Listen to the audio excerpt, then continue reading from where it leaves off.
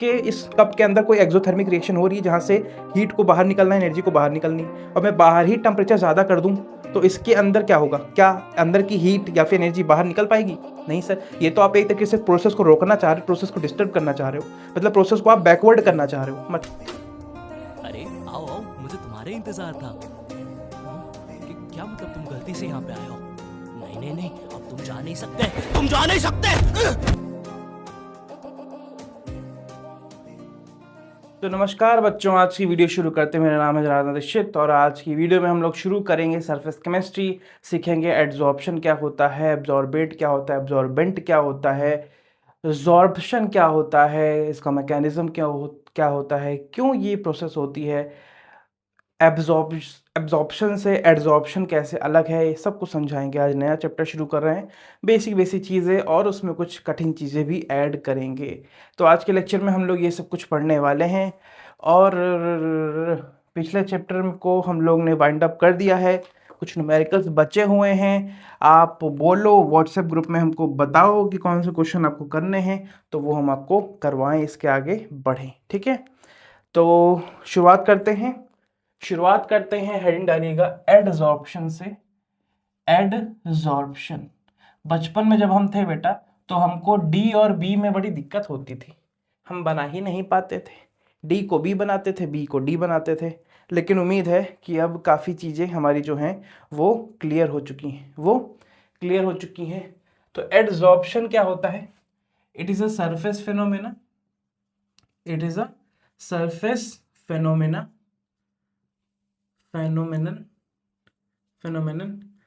अच्छा, surface phenomena है तो मतलब कोई मान लीजिए ये ब्लॉक है, इस ब्लॉक को मैं कहूँगा एडजॉर्बेट कहूँगा, और इस पे जो चीज़ें आके इसकी सरफेस पे जोड़ेंगी उनको मैं कहूँगा एडजॉर्बेंट। एडजॉर्बेंट आपके सॉलिड, लिक्विड या फिर गैस कुछ भी हो सकते हैं। और एब्जॉर्बेट आपके बहुत सारे एग्जांपल्स आपने सुने भी होंगे।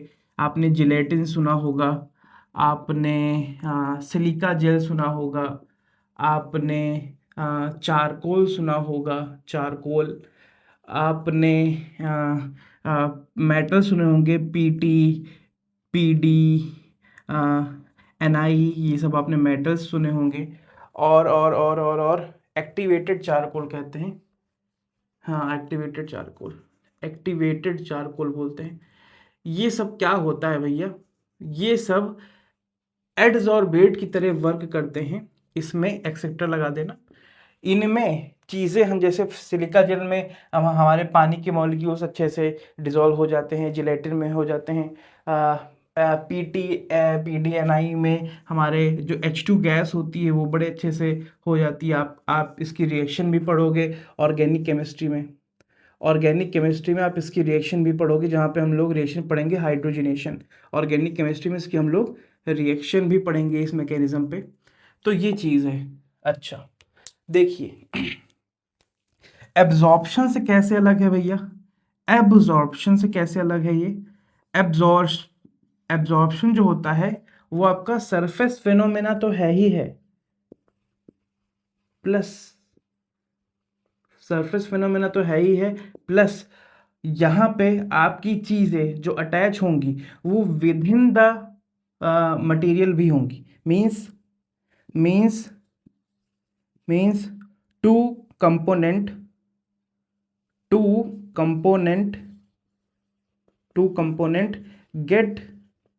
get mixed with each other, get mixed with each other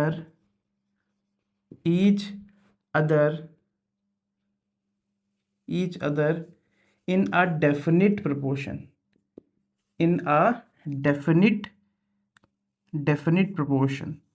definite proportion। इसको अभी समझाता हूँ, रुको। डेफिनिट प्रोपोर्शन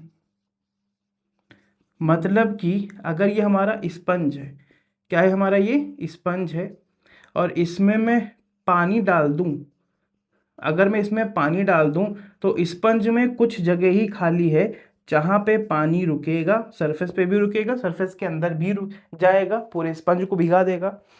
सरफेस स्पंज का टुकड़ा अगर छोटा सा है तो उसमें एक लिमिट में ही पानी जाएगा, मतलब एक डेफिनेट प्रोपोर्शन में ही ये दोनों चीज़ें मिक्स हो सकती हैं। एक डेफिनेट प्रोपोर्शन में ये दोनों चीज़ें मिक्स हो सकती हैं। अच्छा, ऐसा भी नहीं है कि तुम स्पंज, ये है स्पंज तुम्हारा, तो इधर तुम पानी डालो और इधर सूखा रह जाए, ऐसा भी नहीं होगा। इधर से गीला होना शुरू होगा तो ये भी गीला होता चला जाएगा, पूरा का पूरा ही गीला हो जाएगा, मतलब कि बराबर बराबर बढ़ जाएगा। डेफिनेट प्रोपोर्शन भी कर देना और same through out distribution, same through out distribution कर देना। सेम थ्रू आउट डिस्ट्रीब्यूशन का मतलब ये है कि चीज़ें बराबर बराबर मिक्स हो रही हैं। ऐसा नहीं है कि कोने में मैं पानी डाल दूंगा तो स्पंज एक कोने में ही गीला रहेगा और बाकी गीला नहीं होगा। टाइम दोगे तो पूरा का पूरा गीला हो जाएगा। ग्लास भर पानी डालोगे तो उसमें पूरा स्पंज गीला हो जाएगा। ठीक है, तो ये हमारा एब्जॉर्प्शन है। अच्छा, जॉर्प्शन क्या होता है? जॉर्प्शन क्या होता है? जॉर्प्शन क्या होता है? जॉर्प्शन जहां पे आपकी चीजें सरफेस पे तो ऐड हो ही हो, अंदर भी चीजें ऐड हो जाए, मतलब एडजॉर्प्शन। केवल सरफेस फिनोमेना को अगर मैं देखूं, उसको मैं ऐड कर दूं, आपके फिनोमेना जो अंदर भी चीजें जा रही हैं, एब्जॉर्प्शन। एब्जॉर्प्शन जो अंदर भी चीजें जा रही हैं उसको अगर मैं ऐड कर दूं तो इनको मैं क्या कहूंगा? जॉर्प्शन। इनको मैं क्या कहूंगा? जॉर्प्शन। अच्छा, इसमें कई लोग सरफेस फिनोमेना इसको नहीं लिखते, लेकिन मैं मानूंगा कि भाई जब तुम पानी को स्पंज के ऊपर डाल रहे हो तो स्पंज अंदर तो गीला हो ही रहा है, सरफेस भी तो गीला हो रहा है। ऐसा तो है नहीं कि पानी ऊपर रुका ही नहीं, नीचे चला गया। भाई ऊपर भी गीला हुआ, ऊपर भी छूने से गीला लगता है ना? तो मैं ये कहूँगा कि दोनों ही चीज़ें होती हैं। आप चाहो तो जॉर्प्शन को एब्जॉर्प्शन भी कह सकते हो, ऐसी कोई बड़ी बात नहीं, लेकिन डेफिनेशन ऐसी बनाई गई है कि ये सरफेस फिनोमेना है, ये चीज़ों के अंदर, एक दूसरे के अंदर चीज़ें घुस जाएंगी तो उसको हम एब्जॉर्प्शन कहेंगे, और उन दोनों चीज़ों को मिला दोगे तो जॉर्प्शन, और दोनों चीज़ों को मिला दोगे तो जॉर्प्शन। तो इसी तरीके से आप याद रखिएगा, या फिर इसको आप हटा ही दीजिए। लेकिन मेरे हिसाब से ये सरफेस फिनोमेना भी कहा जाएगा। कोई अगर कह दे कि एब्जॉर्प्शन आपका सरफेस फिनोमेना नहीं होता है तो गलत हो जाएगा। लेकिन चलो, आपकी बुक्स में जैसे लिखा गया है वैसे ही करते हैं। आपकी बुक्स में क्या एनसीईआरटी के हिसाब से बेटा नहीं, अच्छे अच्छे बुक्स में देखोगे तो इसको क्लियरली लिखा हुआ है कि सरफेस फिनोमेना इसको कह सकते हैं। ये एमसीक्यू में आता है क्वेश्चन। हाँ, ठीक है, इसको भी अपने दिमाग में रखना। स्टार लगा लेना, यहाँ पे लिख लो सरफेस फिनोमेना, लिख लो और इसको स्टार लगा लो कि भैया ऐसा तो है नहीं कि मैंने पानी डाला तो स्पंज ऊपर से गीला नहीं हो रहा है ना? ठीक। एक बात होती है डिसऑर्प्शन की। डिसऑर्प्शन क्या होता है? डिसऑर्प्शन जब आपका ये एड्सॉर्बेट था और इससे जो चीज़ें अटैच हुई थी वो चीज़ें छूटने लगे, बाहर जाने लगे, तो इसको हम लोग बोलते हैं एड्सॉर्बेंट। अगर बाहर जाने लगे तो इसको हम लोग बोलते हैं डिसऑर्प्शन। क्या बोलते हैं? डिसऑर्प्शन। तो ये बहुत ही बेसिक बेसिक चीज़ें हैं जो आपको पता होनी चाहिए थी। और क्या जान सकते हैं हम लोग? और ये जान सकते हैं कुछ प्रॉपर्टीज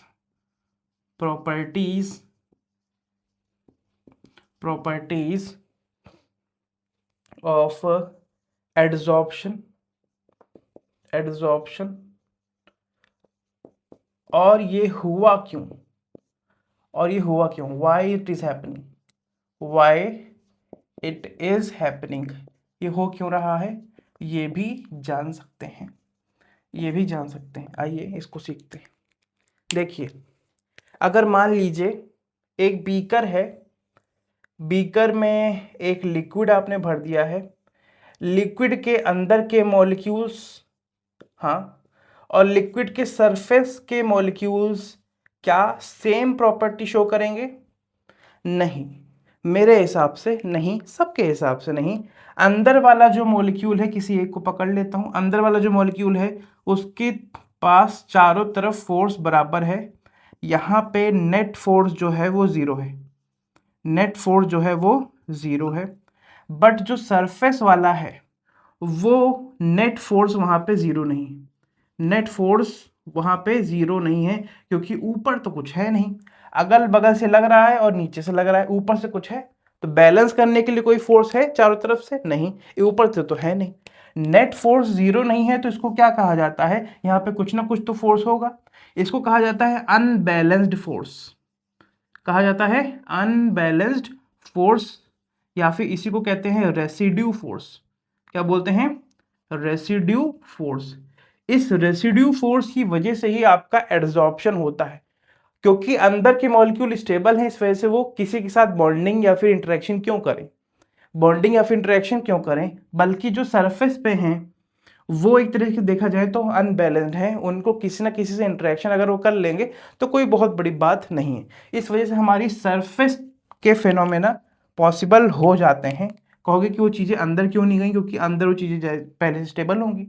अच्छा, कई चीज़ें होती हैं, जैसे पानी में तुमने चीनी घोली तो पानी तो पूरा पूरा अंदर घुस जाता है, तो सर अंदर जाने की जगह होगी, फिजिकल इंटरेक्शन करने की जगह होगी? यस है, पानी में जगह खाली है, पानी में जगह खाली है, लेकिन यहाँ पे ऐसा कोई लिक्विड भरा हुआ है इसमें अंदर जाने की जगह नहीं है, और ऊपर के जो मॉलिक्यूल्स हैं केवल वही इंटरेक्शन करने के लिए तैयार हैं, तो इसको हम लोग बोलेंगे क्या?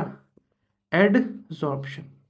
तो कोई पूछेगा रीज़न, तो कह देना यही रीज़न हो सकता है कि आपके जो सरफेस के मॉलिक्यूल हैं वो अभी उनके ऊपर नेट फोर्स ज़ीरो नहीं हुआ है, और वो स्टेबल अभी पूरी तरीके से नहीं है, उनके ऊपर अभी भी कौन सा? रेसिड्यू फोर्स लग रहा है। इसकी वजह से ये अभी भी किसी के साथ बॉन्डिंग या फिर इंटरेक्शन करने के लिए तैयार है। प्रॉपर्टीज़, प्रॉपर्टीज़ क्या हो सकती हैं एडसॉर्प्शन की? आइए,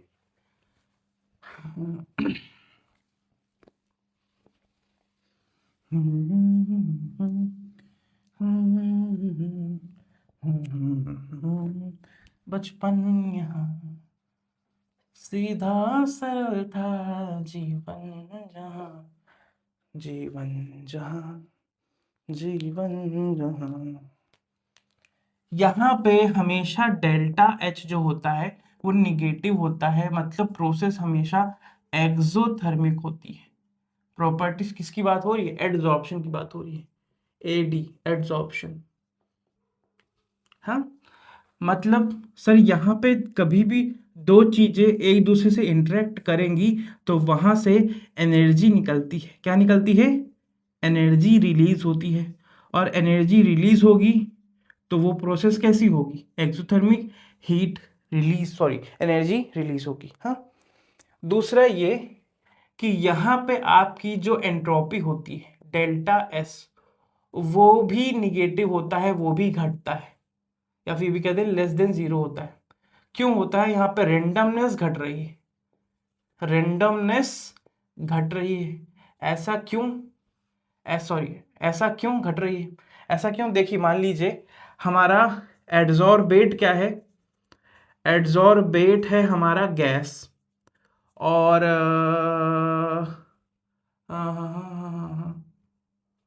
एब्जॉर्बेंट है हमारा गैस, एब्जॉर्बेंट है हमारा गैस, और एडजॉर्बेट है हमारा, एडजॉर्बेट है हमारा कोई कोई कोई कोई सॉलिड मान लेते हैं, कोई सॉलिड मान लेते हैं, चलो मान लेते हैं। अब ये बताओ, गैस फ्रीली मूव कर रही थी कि नहीं कर रही थी? यस सर, गैस तो फ्री होती है, लेकिन जब इसने सॉलिड के साथ इंटरेक्शन कर लिया होगा, मतलब एड्सॉर्प्शन कर लिया होगा, तो ये बताओ इसकी मूवमेंट रुकेगी कि नहीं रुकेगी? मूवमेंट रुकेगी कि नहीं रुकेगी? यस सर, मूवमेंट रुकेगी।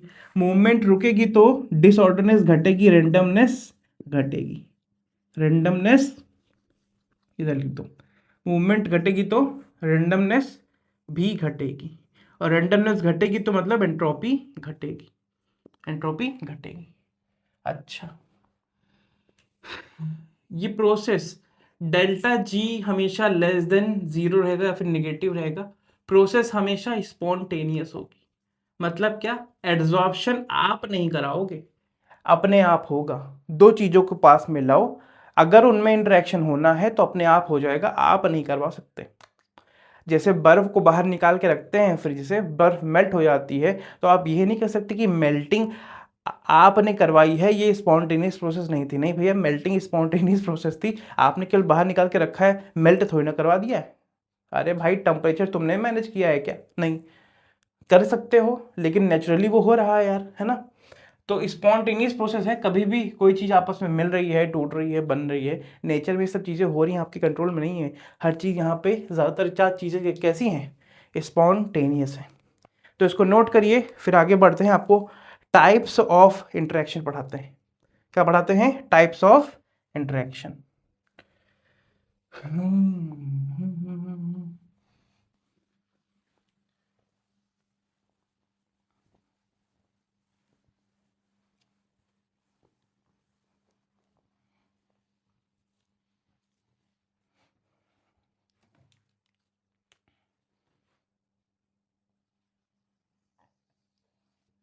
आइए टाइप्स ऑफ इंटरेक्शन आपको पढ़ाते हैं।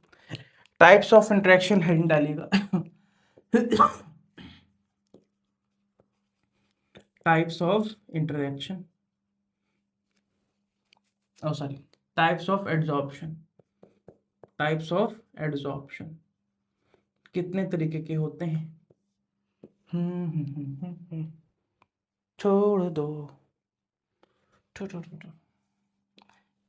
एक होता है आपका फिजियोजॉर्प्शन, फिजियोजॉर्प्शन, और एक होता है केमियोजॉर्प्शन। केमियोजॉर्प्शन, इसकी स्पेलिंग लोग अलग अलग तरीके से लिखते हैं, केमिजॉर्प्शन भी लिखते हैं, कैमियो भी लिखते हैं। केमिजॉर्प्शन, फिजिजॉर्प्शन, केमिजॉर्प्शन, ओ मत लगाना, ठीक है। केमिजॉर्प्शन, केमिजॉर्प्शन, फिजियोजॉर्प्शन, स्पेलिंग देख लें क्या? स्पेलिंग देख लेते हैं, रुको। केमिजॉर्प्शन या फिजियोजॉर्प्शन, फिजियोजॉर्प्शन, अबे फिजियोजॉर्प्शन,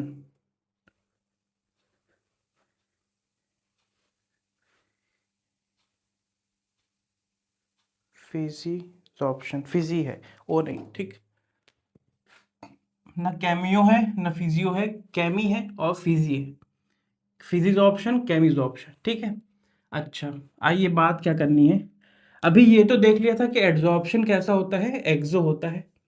बस यहाँ पे जो होता है ये एक तरीके का फिजिकल इंटरेक्शन होता है। क्या होता है?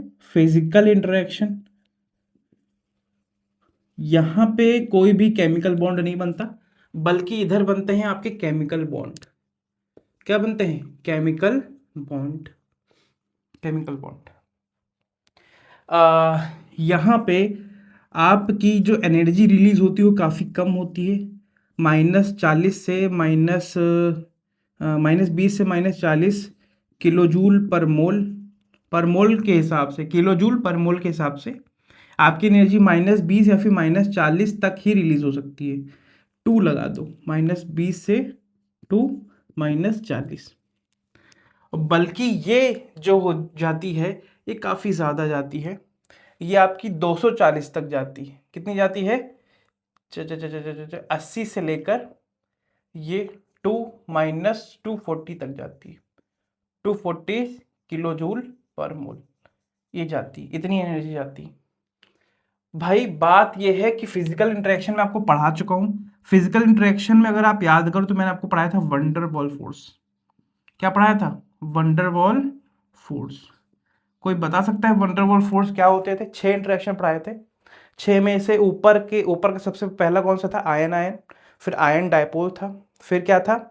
Hydrogen bonding. आखिरी के 3 क्या थे? Dipole dipole, dipole induced dipole और इंस्टेंट डायपोल, या फिर polar polar, polar non polar, non polar non polar. ये इंटरेक्शन जो मैंने आपको बताए थे वो कहे जाते हैं आपके वंडरवॉल फोर्स। तो यहाँ पे फिजिक्स में भी क्या होंगे? आपके वंडरवॉल फोर्स की वजह से ही होंगे। दोबारा देख लो जाके, आपको पढ़ा चुका हूँ पिछले चैप्टर में, ठीक है। अच्छा, इसी को बोलते हैं डिस्पर्जन फोर्स, डिस्पर्जन या फिर लैंडन फोर्स, डिस्पर्जन या फिर लैंडन फोर्स, ठीक है। अच्छा टुक टुक टुक टुक। भाई यहाँ पे केमिकल बॉन्ड बन रहा है। केमिकल बॉन्ड और फिजिकल इंटरेक्शन में क्या डिफरेंस है? फिजिकल इंटरेक्शन में कोई भी एटम दूसरे एटम के साथ इलेक्ट्रॉन का लेन देन नहीं करेगा, ना शेयरिंग में, ना उसमें क्या कहते हैं ट्रांसफर में ना शेयर करेगा ना ट्रांसफर करेगा। केमिकल बॉन्डिंग में क्या होती है, यहाँ पे जो एटम्स होंगे वो इलेक्ट्रॉन ट्रांसफर या फिर इलेक्ट्रॉन शेयर करेंगे, बल्कि ऐसा यहाँ पे कुछ नहीं होता है। यहाँ पे वंडर वॉल फोर्स की वजह से आपकी चीज़ें होती हैं। अच्छा, ये आपका होता है मल्टी लेयर का हो सकता है, ये मल्टी लेयर का हो सकता है। और यहाँ पे रहती है आपकी यूनी लेयर। बताओ ऐसा क्यों? अगर मान लीजिए ये बी है और ऊपर से आ रहा है ए और ए, अगर इनके बीच में आपकी बॉन्डिंग हो गई है, केमिकल बॉन्ड बन चुके हैं, तो ए, अभी तो मुझको नहीं लगता कि ए खाली रहा होगा किसी और से बॉन्डिंग करने के लिए, नहीं। बल्कि अगर मैं यहाँ पे बी और बी कर दूं तो यहाँ पे सी की एक लेयर लगा दूं, एक और सी की लेयर लगा दूं, एक और सी की लेयर लगा दूं, तो इनके बीच में इंटरेक्शन हो सकता है। बताओ कैसे? मैं ऊपर से कंप्रेस करूंगा। मतलब फिजिकल वाले में अगर मैं कंप्रेस करूं, क्या कर दूं? कंप्रेस करूं, तो सी वाले जो होंगे उनके बीच में फिजिकल इंटरेक्शन जो केवल पास में आ जाएंगे और दब जाएंगे आके, वो इंटरेक्शन हो सकता है। लेकिन केमिकल बॉन्डिंग में मैं चाहे जितना दबाना चाहूँ, ऊपर से जितना कंप्रेस करना चाहूँ, ऐसा नहीं कि मैं एक और लेयर यहाँ पे ला सकता हूँ, नहीं, ऐसा नहीं हो सकता। तो ये है मेन डिफरेंस। और कुछ डिफरेंस दिखते हैं तो आपको हम बताते हैं, इतना नोट करिएगा। हाँ, और डिफरेंस क्या है? अगर मैं टेम्परेचर बढ़ाऊं तो फिजिकल एड्जॉर्प्शन जो है वो घटता है। अच्छा, इसको अभी देखेंगे हम लोग, आगे चल के पूरा ग्राफ भी देखेंगे इसका। और टेम्परेचर अगर इधर मैं बढ़ाऊं तो यहाँ पे केमिकल एड्जॉर्प्शन जो है फर्स्ट तो वो बढ़ता है, और देन इनिशियली कहते हैं वो बढ़ता है, और फाइनली वो घट जाता है। ठीक है, मतलब यहाँ पे सीधा ग्राफ क्या, भी बताऊंगा आपको कैसे ग्राफ बनेगा। ठीक है, अच्छा, और क्या, ये फिजिकल एड्जॉर्प्शन आपका रिवर्सिबल हो सकता है, और ये हमेशा इरिवर्सिबल होता है। केमिकल बॉन्ड वापस टूटेंगे नहीं। फिजिकल इंटरेक्शन में जो आपने कंप्रेस करके रखा हुआ था उसको आप कंप्रेस धीरे धीरे कम करो तो वापस अपनी जगह पे आ जाएगा। रिवर्सिबल है कि नहीं है? लेकिन केमिकल बॉन्ड तो बन गए, वो तो हो गया, उससे ज़्यादा तो आप कुछ कर नहीं सकते उसमें। तो इन चीज़ों को तो आप रिवर्स कर सकते हो कि कंप्रेशन हटा दो, लेकिन उधर जाके कुछ कंप्रेशन हटाने वाला काम ही नहीं है। अच्छा, ये हैं आपके नॉट वेरी स्पेसिफिक। इसका क्या मतलब है? सर इसमें कुछ बड़ी वो नहीं है कि बड़ी फिक्स चीज़ें नहीं है कि बी जो है वो सी से ही फिजिकल इंटरेक्शन करेगा, बी डी से भी कर सकता है, बी ई से भी कर सकता है। क्यों? क्योंकि सर बी सी से भी कर सकता है, बी डी से भी कर सकता है, बी ई से भी कर सकता है। कौन सा बड़ा स्ट्रॉन्ग वर्ड बनाना है? एक वीक इंटरेक्शन ही तो करना है। क्या करना है? एक वीक इंटरेक्शन ही तो करना है। तो ये ज़्यादा नहीं सोचता, कहीं से भी बॉन्डिंग हो जाती है। बट ये बड़ा स्पेसिफिक होता है। अगर बी ने ए से बॉन्डिंग कर ली है तो वो शायद सी से बॉन्डिंग ना करे, डी से बॉन्डिंग ना करे, शायद वो ई से बॉन्डिंग ना करे, है ना? तो स्पेसिफिक है हमारा केमिजॉर्प्शन, और फिजिकल जो हमारा एब्जॉर्प्शन है वो हमारा स्पेसिफिक नहीं है। बहुत सारे डिफरेंस हम यहाँ पे कह सकते हैं, लगातार डिफरेंस बनते चले जाएंगे। यहाँ पे आपको काफ़ी हाई एक्टिवेशन एनर्जी देनी पड़ेगी। एक्टिवेशन एनर्जी क्या होता है, कोई जानता है? एक्टिवेशन एनर्जी काफ़ी हाई आपको देनी पड़ सकती है। देखो बेटा, केमिकल बॉन्ड बनाने के लिए आपको जो एनर्जी देनी पड़े, एटम्स को उस लेवल पे लाना पड़े, है ना। एक्टिवेशन ऑफ एनर्जी, ये समझ लो कि एटम्स, दो एटम्स एक दूसरे से बॉन्डिंग करने के लिए तैयार हैं, बट उनको एक दूसरे के पास आने की दम ही नहीं है, ताकत ही नहीं बच रही है। तो उसको हम क्या करते हैं, दोनों एटम्स को एक्टिवेट करते हैं कि भाई उठो उठो उठो उठो, एनर्जी थोड़ी सी बढ़ाते हैं, एनर्जी थोड़ी सी बढ़ाते हैं, ठीक। हाँ बेटा, यहाँ पे जो हमारे केमिकल बॉन्ड्स बनते हैं उनको बनाने के लिए कभी कभी हमको बहुत ही हाई एनर्जी देनी पड़ जाती है। कहोगे सर यहाँ पे तो एक्सोथर्मिक आपने बोला था। यस सर, एक्सोथर्मिक है। एक्सोथर्मिक मतलब ये है कि दोनों जब आपस में बॉन्डिंग कर लेंगे तो उसमें जो आपकी एनर्जी रिलीज होगी। लेकिन अगर दो एटम पास में आ ही नहीं पा रहे हैं तो उनको कुछ ना कुछ हम लोग एक्टिवेट करवाते हैं। इसको आपको केमिकल बॉन्डिंग में, केमिकल बॉन्डिंग और केमिकल काइनेटिक्स में भी बहुत अच्छे से पढ़ाएंगे आपको, कि दोनों चीज़ों को आप थोड़ा सा उठाते हो कि भाई उठ जा मेरा मन्नू, उठ जा, है ना। और आपस में वो लोग बॉन्डिंग करना शुरू कर दे। जैसे मेल्टिंग वाला काम अपने आप होता था, लेकिन आपने उसको बर्फ को निकाल के रखा, तो वैसे ही आप दो एटम्स को पास पास तो लाओगे। एक्टिवेट कराने का मतलब वही हो जाएगा, एक्टिवेट कराने का मतलब वही हो जाएगा। और यहाँ पे फिजिकल इंटरेक्शन है, तो एक्टिवेशन एनर्जी यहाँ पे ज़्यादा देने की ज़रूरत नहीं है। एक्टिवेशन एनर्जी यहाँ पे ज़्यादा देने की ज़रूरत नहीं है, यहाँ पे कम भी दोगे तो काम चल जाएगा। तो ये सारे डिफरेंसेस, सारी जो चीज़ें हो सकती थी दोनों टाइप्स के बारे में, वो मैंने लिख दिए हैं, वो मैंने लिख दिए हैं। आइए आगे बढ़ते हैं।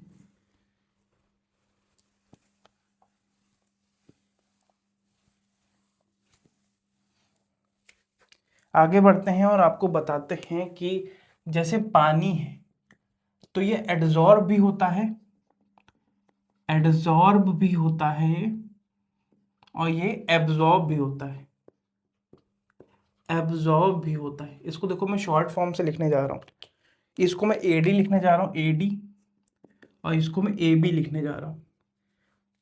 एड्जॉर्ब कहाँ होता है, जैसे सिलिका जेल, जैसे सिलिका जेल। एब्जॉर्ब कहाँ होता है, एनहाइड्रस CaCl2, एनहाइड्रस CaCl2। अगर आपने मेरे को पुराने लेक्चर देख रखे हैं तो आपने उसमें ऑस्टवाल्ड वॉल्कर एक्सपेरिमेंट पढ़ा होगा। ऑस्टवाल्ड वॉल्कर एक्सपेरिमेंट हमने पढ़ाया था, क्या निकालने के लिए, क्या निकालने के लिए, relative lowering of vapour pressure, relative lowering of vapour pressure. वहाँ पे हमारा जो वाटर होता था उसकी वेपर्स जाके एब्जॉर्ब हो जाती थी CaCl2 में। ये काफ़ी अच्छा एब्जॉर्प्शन के लिए माना जाता है वाटर के लिए। और चीज़ें जैसे जैसे जैसे जैसे जैसे जैसे क्या कर सकते हैं, चॉक की बात करें, इंक की बात करें, इंक चॉक के अंदर एब्जॉर्ब भी होती है, एब्जॉर्ब भी होती है, और इंक ही चॉक के अंदर एडजॉर्ब भी होती है, एडजॉर्ब भी होती है। ऐसा कैसे हो सकता है सर, ऐसा कैसे हो सकता, देखिए इंक में जो आपका मॉइस्चर है, जो आपका मॉइस्चर है वो हो जाता है एब्जॉर्ब, और इंक खुद हो जाती है एडजॉर्ब। मतलब चॉक के ऊपर अगर मैं इंक डालूं तो उसके अंदर जो मॉइस्चर है वो इंक के अंदर चला जाएगा, और इंक जो चॉक का कलर है वो हो जाएगा ब्लू, वो हो जाएगा ब्लू।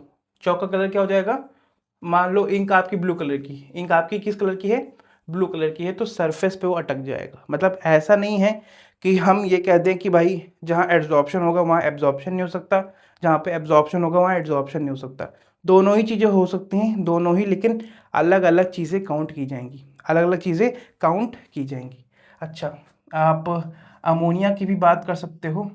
अमोनिया वाटर में एब्जॉर्ब होता है, और अमोनिया चारकोल में एडजॉर्ब होता है, एडी होता है। तो इसको आप नोट करिए, ये कुछ एग्जांपल्स हैं जो आपको काफ़ी मदद करेंगे आगे।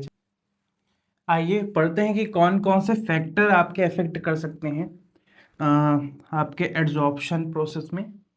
कौन कौन से फैक्टर्स हैं, बड़ा इंपॉर्टेंट पार्ट है ये, इसको देखिएगा ज़रूर, इसको देखिएगा ज़रूर। आइए देखिए, देखिए कौन कौन से फैक्टर हैं जो अफेक्ट कर सकते हैं।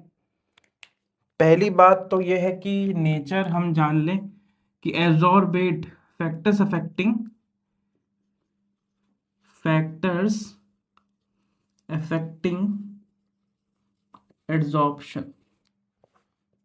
एड्सॉर्प्शन, पहला है नेचर ऑफ एड्सॉर्बेंट। एड्सॉर्बेंट क्या होता था बेटा? जिस पे चीज़ें आपकी एड्सॉर्ब कराई जा रही हैं। अगर एड्सॉर्बेंट आपका सरफेस एरिया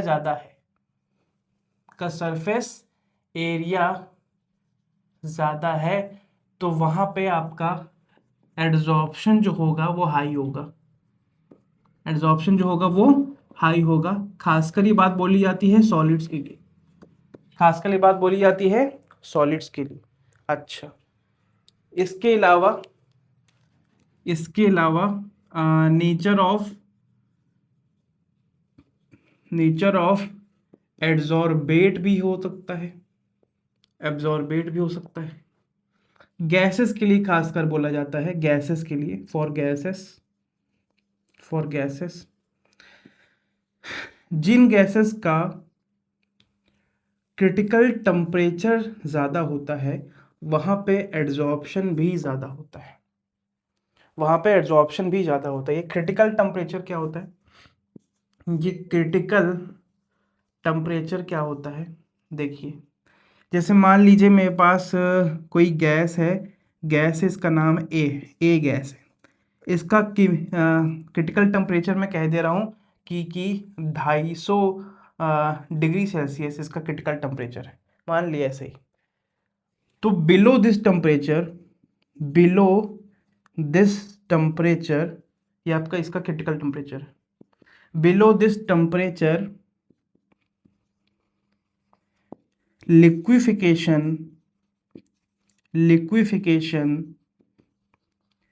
is easy। इस टेम्परेचर के ऊपर, above this temperature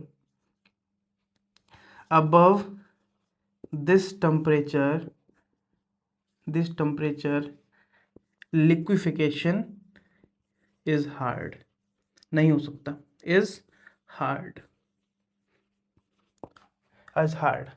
तो किसी भी चीज़ का अगर क्रिटिकल टेम्परेचर जितना ज़्यादा होगा, मतलब उतना ज़्यादा टेम्परेचर बढ़ाने तक आप उसको लिक्विफाई कर सकते हो। तो ये है एक गैस मैंने मान ली ऐसे, अच्छा, जिनका आपने पढ़ा होगा, जिन गैस के मॉलिक्यूल्स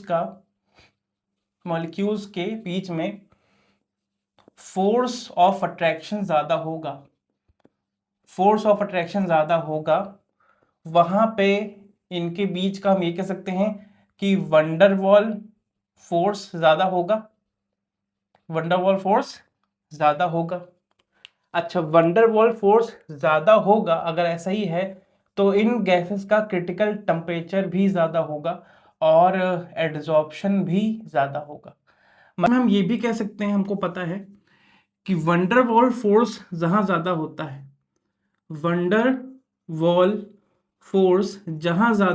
है, वहाँ पे हमारा मॉलिक्यूलर वेट भी ज़्यादा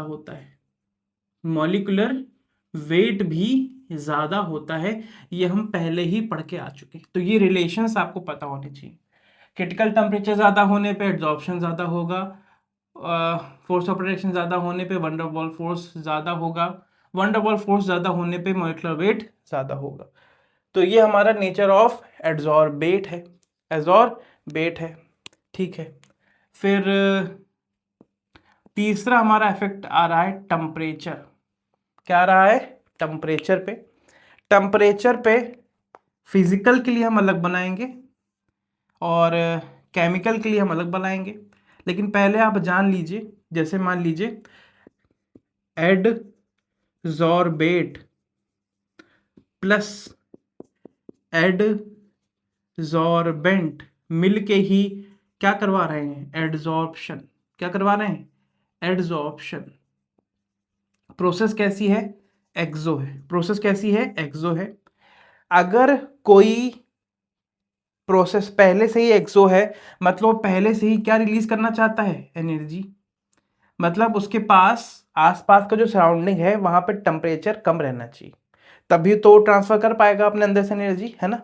लेकिन अगर आप यहीं पे एक बदतमीजी कर दो कि आप टेम्परेचर इंक्रीज कर दो, क्या कर दो, टेम्परेचर इंक्रीज कर दो। मान लो इस कप के अंदर कोई एक्सोथर्मिक रिएक्शन हो रही है जहां से हीट को बाहर निकलना है, एनर्जी को बाहर निकलनी है, और मैं बाहर ही टेम्परेचर ज़्यादा कर दूं तो इसके अंदर क्या होगा, क्या अंदर की हीट या फिर एनर्जी बाहर निकल पाएगी, नहीं सर। ये तो आप एक तरीके से प्रोसेस को रोकना चाह रहे हो, प्रोसेस को डिस्टर्ब करना चाह रहे हो, मतलब प्रोसेस को आप बैकवर्ड करना चाह रहे हो। मतलब सर टेम्परेचर अगर ज़्यादा कर दूंगा तो ये प्रोसेस हमारी बैकवर्ड चली जाएगी।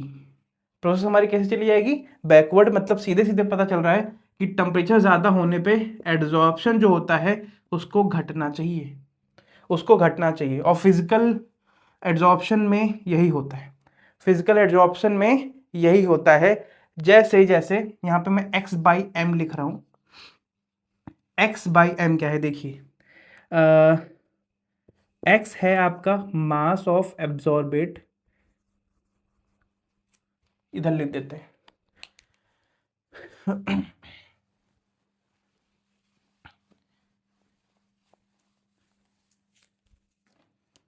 x है आपका मास ऑफ एड्जॉर्बेट और m है आपका मास ऑफ एड है भाई। कभी मैं डी बना ए बी बना दूं उसको ठीक कर लेना बेटा, पहले बता दिया मैंने, है ना। एड्जॉर्बेंट, तो एक तरीके का रेशियो यहाँ पे लिया गया है और यहाँ पे लिया जा रहा है टेम्परेचर। क्या लिया जा रहा है, टेम्परेचर। इसका ग्राफ कुछ ऐसा बनता है, ये फिजिकल एड्जॉर्प्शन का ग्राफ है कि टेम्परेचर बढ़ाने पर ये जो आपका रेशियो है वो घट जाता है, मतलब आपका फिजिकल एड्जॉर्प्शन घट जाता है, फिजिकल एड्जॉर्प्शन घट जाता है। बल्कि यहीं पे केमिकल का मैं अगर बनाऊं, क्या बनाऊं, केमिकल का अगर मैं बनाऊं तो टेम्परेचर बढ़ने पे पहले तो बढ़ता है और फिर घट जाता है। ये क्यों हो रहा है, ये केमिकल के लिए, केमिकल एड्जॉर्प्शन के लिए। देखिए किसी भी दो चीज में बॉन्ड बनने के लिए आपको कहा था ना मैंने, एक्टिवेशन एनर्जी, कुछ एनर्जी आपको एक्टिवेट कराने के लिए देनी पड़ती है। तो कैसे करवा सकते हैं एक्टिवेट, भाई टेम्परेचर बढ़ा दें। तो शुरुआत में तो टेम्परेचर बढ़ाते हैं तो एड्जॉर्प्शन करने के लिए दोनों मॉलिक्यूल एक्साइटेड हो जाते हैं कि चलो एड्जॉर्प्शन करेंगे, सरफेस पे एक दूसरे से जुड़ जाएंगे जाके। लेकिन एक लिमिट के बाद जब टेम्परेचर बढ़ाया जाता है तो उनके ऊपर एड्जॉर्प्शन का कोई और असर नहीं हो रहा। भाई मैं कह रहा हूं कि अगर ए और बी ने आपस में बॉन्ड बना लिए थे, यहाँ पे मिटा दिया मैंने, ए और बी, ये बी बी बी और बी है, और इसके ऊपर ए और ए ने क्या बना दिया, केमिकल बॉन्ड। क्या बना दिया, केमिकल बॉन्ड। तो शुरुआत में जब टेम्परेचर इंक्रीज हुआ इनिशियली तो बड़ी मजा आई, इनिशियली बड़ी मजा आई। बताओ क्यों, क्योंकि बी और ए जो दूर दूर थे वो पास पास आ गए, वो पास पास आ गए। लेकिन सर जब टेम्परेचर बढ़ाने लगे तो ऐसा कुछ है ही नहीं, मतलब और टेम्परेचर और बढ़ाने लगे, है ना। फाइनली जब टेम्परेचर हम लोग बढ़ाने लगे तो भाई कोई फर्क पड़ने वाला है ही नहीं। ऐसा तो है नहीं कि टेम्परेचर और बढ़ाओगे तो ए और बी और दूर चले जाएंगे फिर और पास आ जाएंगे, नहीं। तो ऐसा कोई मतलब ही नहीं है। मतलब टेम्परेचर जब एक लिमिट के बाद बढ़ाना, हाँ हम लगते हैं, एक लिमिट के बाद हम बढ़ाने लगते हैं तो एड्जॉर्प्शन पे कोई इफेक्ट नहीं पड़ रहा होता, बल्कि वो वहीं पे ठहर जाता है या फिर वहां से भी नीचे गिरने लगता है, वहां से भी नीचे गिरने लगता है। शुरुआत में तो टेम्परेचर सपोर्ट करता है केमिकल एब्जॉर्प्शन को, लेकिन टेम्परेचर बढ़ाते रहेंगे तो फिर वो सपोर्ट नहीं होता और एब्जॉर्प्शन नहीं हो रहा होता है। टेम्परेचर बढ़ने पे और एब्जॉर्प्शन नहीं हो रहा होता है। नॉर्मली जो हमारा ग्राफ होता है, जैसे फिजिकल वाला है ना, ये फिजिकल वाला, इसके बाद देखो जस्ट ये फिजिकल वाले की तरह ही है। इस लाइन के बाद जस्ट ये फिजिकल वाले की तरह ही है कि टेम्परेचर बढ़ाने पे एब्जॉर्प्शन आपका घट रहा है नॉर्मल। इसके पहले ही तो ये दिक्कत कर रहा था, तो इसको आप एक्टिवेशन एरिया वाला मान लो। क्या मान लो? Activation area. इसको लिख भी दो, लिख दो यहाँ पे activation area, activated area, activated area. यहाँ पे आपको एक्टिवेट कराने के लिए वो टेम्परेचर यूज में आ गया, फिर उसके बाद वो चीज़ें नहीं हो रही, उसके बाद वो चीज़ें नहीं हो रही। एक आखिरी और बच गया, एक आखिरी और बच गया, प्रेशर। इसको हम लोग अगली क्लास में पूरा पढ़ेंगे। प्रेशर, प्रेशर के लिए अगर मैं ग्राफ बनाऊं, वो ग्राफ कुछ ऐसा बनता है, ये एक्स बाई एम, और यहाँ पे प्रेशर रख देते हैं, यहाँ पे प्रेशर, ये ऐसा ग्राफ बनता है, ये ऐसा ग्राफ बनता है। ये इसको मैं अगली क्लास में आपको अच्छे समझाऊंगा। और फ्रीडोलिक एड्जॉर्प्शन, शायद मैं सही प्रोनाउंस कर रहा हूँ, फ्रीडोलिक एड्जॉर्प्शन को मैं अगले चैप्टर में, सॉरी अगले लेक्चर में उसको मैं क्लियरली यहाँ पे समझाने वाला हूँ। आज लेक्चर यहीं पे रोकते हैं। हाँ, तो इस लेक्चर को बेटा यहीं पे ख़त्म कर रहे हैं, आते रहिएगा। सरफेस केमिस्ट्री में आज ये पहली लेक्चर में आज मैंने आपको बिल्कुल बेसिक चीज़ें बताई हैं, बहुत ही बेसिक चीज़ें। एड्जॉर्प्शन क्या होता है, एब्जॉर्बेट क्या होता है, एब्जॉर्बेंट क्या होता है, सारी चीज़ें आपको समझाई हैं। और फिर उसके बाद पढ़ा है हम लोगों ने, कुछ ग्राफ्स पढ़े हैं, कुछ और थ्योरीज पढ़ी हैं, डेल्टा एच, डेल्टा एस और डेल्टा जी के बारे में पढ़ा है, कुछ यहाँ फैक्टर्स के बारे में पढ़ रहे हैं, 2 टाइप्स पढ़े हैं, फिजियो और कैमियो, है ना, फिजी और कैमी, है ना, तो उनके बीच का डिफरेंस पढ़ा है। उसमें जितने पॉइंट हो सकते थे मैंने सब आपको समझाने की कोशिश किए हैं। इसके अलावा कोई पॉइंट नहीं पूछा जाएगा। तो अगले लेक्चर में जल्दी आपसे ही मिलेंगे और मज़ा करेंगे। तो आते रहिएगा। Thank you so much, this is Janardan Dixit. आते रहिएगा, आते रहिएगा। यहाँ पे कुछ लिंक्स आ रहे हैं पुराने लेक्चर्स के, पुराने चैप्टर्स के, एक बार देखिए, आपका मन करे तो। पढ़ते लिखते तो हो नहीं। धन्यवाद।